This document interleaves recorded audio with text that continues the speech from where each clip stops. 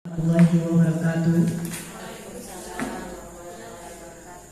Bismillahirrahmanirrahim. Yang kita hormati Ibu Sulfina dan Ibu Len sebagai senior kita, ibu-ibu yang berbahagia. Pada pagi hari ini kita mengucapkan puji syukur kehadirat Allah Subhanahu wa taala masih diberikan kesehatan, kesempatan dapat berkumpul kembali di SD yang kita cintai ini. Di tengah-tengah kesibukan kita sebagai guru, sebagai orang yang bertanggung jawab di administrasi, di dalam kesibukan kita menyelesaikan tugas kita, membuat nilai anak, merekap nilai anak, membuat rapor, kita masih diberi kesehatan berkumpul pada acara kita hari ini, yaitu tentang disiplin positif. Ini adalah yang kami dapat kemarin waktu di Lokakarya 2 pada hari Sabtu. Nah, saya mempunyai kewajiban untuk menyampaikan di sekolah kita. Kita wajib syukuri, hanya sekolah kita yang mendapat pemahaman tentang ini untuk Kecamatan Batu Delapan. Yang pertama itu tentang kemarin visi misi sekolah, yang kedua disiplin positif. Disiplin positif di sini, sebelumnya saya akan perkenalkan dulu teman saya, guru kita, Ibu Aulia Zalika. Beliau adalah guru sekali mendengarkan pertanyaan. Peraturan yang harus kita buat di dalam kelas kita masing-masing nanti pada tahun ajaran baru. Jadi ibu-ibu nanti di kelas pada tahun ajaran baru setelah minggu kedua itu membuat keyakinan kelas di kelas masing-masing, supaya anak didik kita bisa memahami apa itu keyakinan kelas. Bagaimana nanti cara membuatnya, apa yang harus kita lakukan, nanti akan Ibu jelaskan, akan saya jelaskan.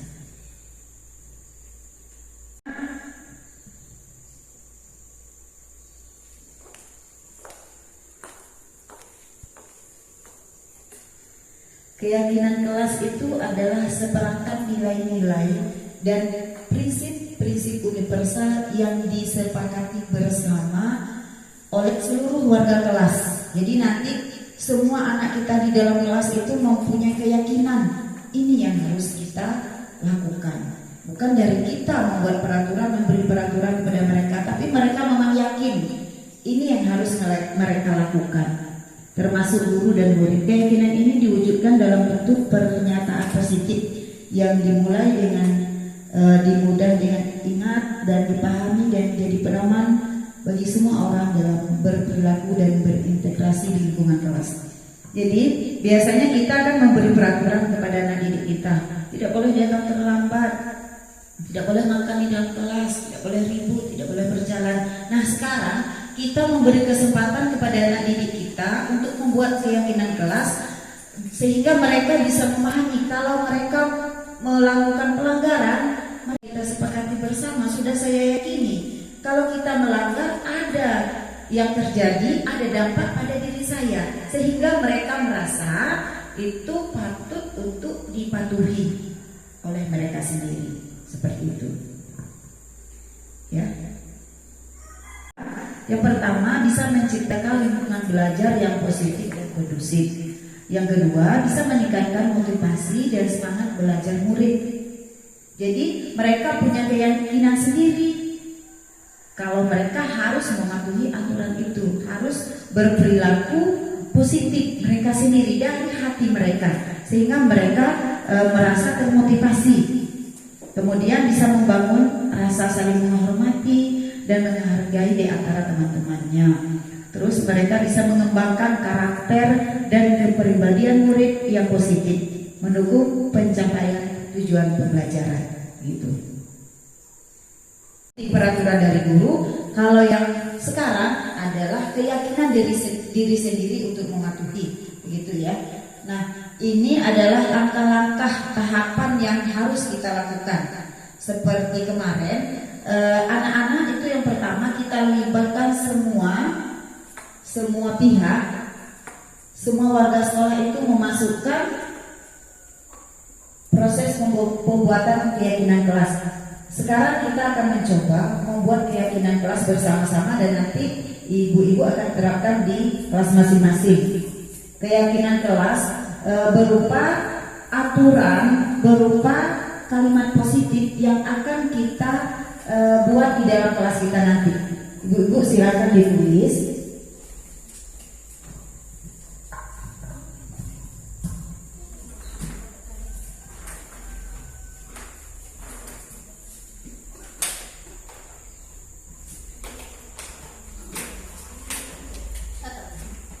Jadi dari anak didik kita sendiri yang membuat peraturan. Kita juga seperti itu, dari kita sendiri yang membuat peraturan.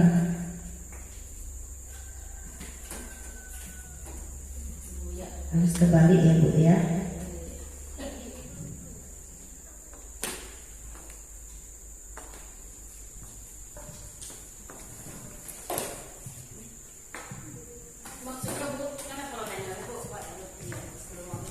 Ya, tulislah sebuah peraturan kelas yang akan dilaksanakan oleh siswa kita nanti. Kita sebagai siswa misalnya, peraturan apa yang kita inginkan sehingga pembelajaran di kelas kita itu menjadi kondusif, menjadi suasana yang positif gitu. Jadi apa yang kita inginkan untuk membuat pembelajaran kita menjadi menyenangkan. Ibu mereka susah mengingat peraturan itu, dia cuma tertanam di otaknya mematuhi peraturan guru. Tapi kalau dari diri sendiri, dia tahu, oh ini yang harus kita taati karena ada dampak. Gitu. Yang sudah boleh ditempel di depan itu aja Ibu. papan tulis aja di sini.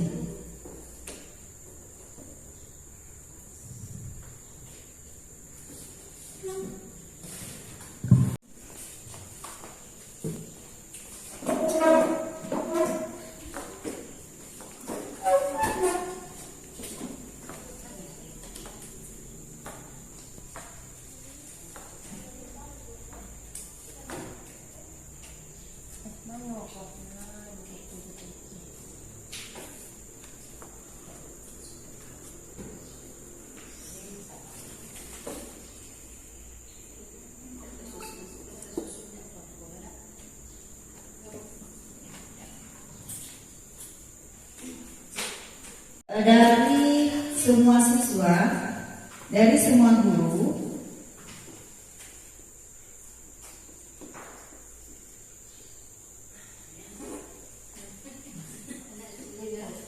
sudah membuat kesepakatan keyakinan untuk dirinya sendiri. Ya. Jadi nanti semua siswa membuat peraturan untuk dirinya sendiri. Setelah itu kita minta siswa menyampaikan peraturan yang dia buat. Nah, setelah dia menyampaikan ke depan, kita ambil kesimpulan. Kita kita bacakan dahulu apa yang mereka inginkan di dalam kelas saat belajar. Contohnya? Berarti Bu, kami buat seperti kami ini ya, anak yatim lokal. Iya. Peraturan gini kan Ibu, apa kami nata kami, Ah. tentang anak. Jadi sudah Iya. kesimpulan yang dibikin anak tadi baru kita satukan. Baru kita satukan, nanti kita tambah. Kita cari kalimat-kalimat positif. Nah, itu yang kita jadikan keyakinan kelas. Ada anak-anak yang mungkin di antara yang 7 orang, ada siswa kita yang membuat kalimat negatif, yang kalimatnya tidak bisa kita jadikan keyakinan kelas ada. Jadi tahap yang kedua, tahap yang pertama misalnya siswa diwajibkan mengucapkan salam kepada guru. Nah, ini kita ambil yang pertama, nanti kita urutkan mengucapkan salam. Kita tulis mengucapkan salam. Nah, kemudian anak disuruh membaca doa dan ayat pendek. Mengucap salam ketika datang ya. Nyo tadi kok bertumpuk Indonesia. Iya. Setelah anak masuk tadi kan bersalamnya. Kita lokal. Lokal tadi itu kan itu baru suruh berdoa, kita belajar. Ya, mengucap salam ketika masuk. Yang pertama mengucap salam, nanti kita urutkan ya Bu ya. Yang kedua, setelah dia mengucapkan salam baru berdoa. Jadi anak-anak itu Berarti udah siap nih untuk belajar tadi kan? iya, karena dia sudah mengucapkan Cuman salam. duduknya udah aku bikin tadi itu Bu. Biasanya anak didik kita dia membuat peraturan itu paling satu. Siswa baru. Iya. Satu. Nanti yang satu dengan yang lain itu kita satukan. Semua yang dari mereka kita satukan menjadi satu. Karena kita hari ini adalah guru-guru yang sudah biasa membuat keyakinan kelas, cuma namanya saja yang berbeda, sehingga udah tahu urutannya. Dari pertama mengucapkan salam, berdoa, kemudian absen siswa. Absen siswa itu ada kalimat positifnya enggak, Bu? Ada bisa kita jadikan aturan tidak mengabsen siswa? Ada tidak yang perlu diinikan oleh siswa kita, dipatuhi oleh siswa kita? Bisa tuh. Iya lah Bu. Datang tepat waktu, Bisa, Bu, Ibu. yang udah hadir. Datang tepat waktu. Ya, Alasan mengabsen. Tapi memangnya udah ada alasannya. Ini kan tadi. Oh, berarti yang dimaksud adalah ketidakhadiran ya, memberi alasan untuk tidak hadir ya. Nah, berarti anak kita memberikan alasan jika tidak hadir ya, itu ya maksudnya ya. Ini tulisannya agak seperti dokter. Memberikan alasan jika tidak hadir. Berarti Bu tanggung jawab guru tadi tahu anaknya udah hadir kemana perginya kan? Ya. Kelas siswanya misalnya sama aku kan 300 orang, cuma hadir 200. Terus mana kan kayak Iya. gitu ya. Jadi aturan di kelas kalau yang 100 tidak hadir dia harus memberikan alasan dia kemana gitu ya. Nah yang ini kita baca, guru menunggu siswa di depan kelas. Guru menunggu siswa di depan kelas, kemudian memberi salam. Yang kedua, tahap yang kedua ini kita sudah dapat di kesepakatan kelas. Seorang guru nanti menambahkan, jangan cuma yang dari siswa saja. Mana yang kira-kira yang belum, misalnya tadi disampaikan Bu Nida tidak boleh menyontek, kan belum ya, belum dikasih sama siswa kita. Tambahkan di sini, tidak boleh menyontek saat pembelajaran, saat belajar. Apalagi yang belum kira-kira, yang mau kita tambah, kita sebagai guru nanti tambahkan. Bikinlah kesepakatan kelas sebanyak mungkin, tapi yang bisa ditaati, diikuti, diterapkan oleh siswa kita. Karena ini dari mereka akan ingat apa yang dibuat, akan murah mereka mengingatnya dan menerapkannya. Nah, tahapan yang kedua itu kita kan sudah diskusi nih sama siswa kita. Kita sudah dapat, sudah menjadi kalimat positif, sudah ada apa di sini nilainya, nilai positifnya untuk berpakaian rapi dan bersih. Itu yang tercermin di dalam diri mereka adalah menjaga kebersihan ya. Dengan berpakaian rapi dan bersih, dampaknya adalah mereka bisa menjaga, ini sudah tahap yang ketiga, menjaga kebersihan. Kemudian siswa bersalaman. Kalau siswa bersalaman dengan guru, apa yang terjadi, sifat apa yang mencerminkan pada diri mereka? Masuk ke pasang. Ya, ketika mereka datang bersalaman dengan guru, mengucapkan salam, sikap apa yang bisa mereka dapatkan yang mencerminkan sikap apa Bu? Mereka akan menjadi seorang anak yang ramah, yang sopan. Jadi anak yang sopan santun, anak yang berkarakter, sehingga mereka merasa wajib, mereka merasa patut untuk melaksanakan keyakinan kelas tadi. Karena mereka tahu ketika mereka berpakaian rapi, mereka akan menjadi anak yang bisa menjaga kebersihan. Ketika mereka bersalaman dan mengucapkan salam, mereka akan menjadi anak yang ramah, anak yang sopan santun dan berkarakter. Begitu juga dengan hal yang di bawahnya. Ini ada semua sikap yang mencerminkan diri mereka. kita jelaskan kepada anak satu persatu. Ketika berdoa, anak akan menjadi seorang yang bertakwa, beriman. Nah, kemudian mereka akan dekat kepada Sang Pencipta. Maka mereka berdoa. Sikap cerminan seperti itulah yang mereka dapatkan, sehingga mereka merasa sadar perlu untuk mematuhi peraturan di sini. Gitu, Bu. Jadi kita jelaskan kepada anak yang selama ini kita hanya membuat peraturan, mereka tidak tahu kenapa mereka harus mematuhi aturan yang kita buat, seperti itu ya. Nah, selain itu ada tahapan yang keempat. Itu tahapan yang keempat kita tidak buka ya, karena ada pantulan tadi. Tahapan yang keempat itu ada terlihat sikap mereka, ada yang tidak terlihat. Yang terlihat itu seperti kalau mereka sering ramah, sopan, dia akan jadi anak yang, kalau yang terlihat itu mereka seperti senyum, suka senyum, berbicaranya pelan. Itu yang tidak terlihat ya. Kalau yang terlihat dia langsung bersalaman seperti itu. Jadi ada nilainya sendiri. Makanya kita harus membuat keyakinan kelas sesuai dengan tahapan yang 6 tadi. Nah, tahapan yang kelima itu anak-anak sudah mulai merasa ini patut disepakati bersama, patut dijalankan secara bersama-sama karena manfaatnya untuk kita bersama. Jadi anak-anak merasa kalau temannya ada melakukan kesalahan, dia akan kamu melakukan pelanggaran keyakinan kelas kita yang ketiga tentang tidak memberi alasan karena kamu tidak hadir kemarin. Dia akan mengingat temannya. Ingat gak kesepakatan kelas kita yang ketujuh, yaitu tidak boleh menyontek. Dia akan mengingat temannya. Jadi itu harus kita bacakan kepada siswa kita setiap hari, atau kita tempelkan di depan kelas. Mereka harus membaca sendiri.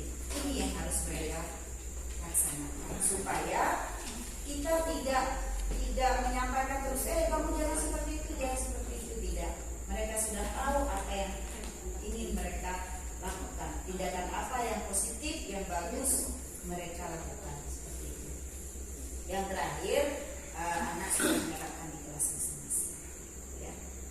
Dari apa yang saya sampaikan tadi, nanti akan kita ambil kesimpulan. Saya akan buat semua tahapan sampai 6 ini kita akan buat, terapkan di depan siswa kita buat sebuah kesepakatan yang sudah kita simpulkan dan tinggal kita terapkan saja di kelas masing-masing. Nanti ibu-ibu akan menerapkan juga kepada anak didik di saat minggu kedua pembelajaran. Minggu kedua ya. Kalau minggu pertama kita masih asesmen awal, asesmen awal pendekatan kepada anak. Kalau anaknya berubah, kalau anaknya itu saja, mungkin sudah kenal ya, tidak perlu lagi. Ya begitu ibu-ibu ya. Sampai di sini ada yang mau ditanyakan? Karena kita akan masuk ke materi selanjutnya tentang segitiga restitusi. Jadi Bu, peraturan yang kita bikin ini dari 1 sampai 6. Iya. Galang-galangnya. Beda sesuai dengan anaknya. Kalau anaknya tidak ingin peraturan yang ini, tidak usah. Bu, yang itu tidak usah Bu kita terapkan karena saya tidak bisa masih tahu misalnya. Kalau kelas 5 mau menerapkan yang ini, jadi setiap kelas itu beda-beda. Ada lagi? Bu Supina ada? Bu Sil? Ada yang mau ditanyakan lagi sebelum kita tutup? Sudah. Alhamdulillah, harapan kita semua ini bisa kita terapkan di semester 2 nanti. Mungkin itu yang dapat saya sampaikan. Selanjutnya akan dilanjutkan oleh teman saya Aulia Zarika. Assalamualaikum warahmatullahi wabarakatuh.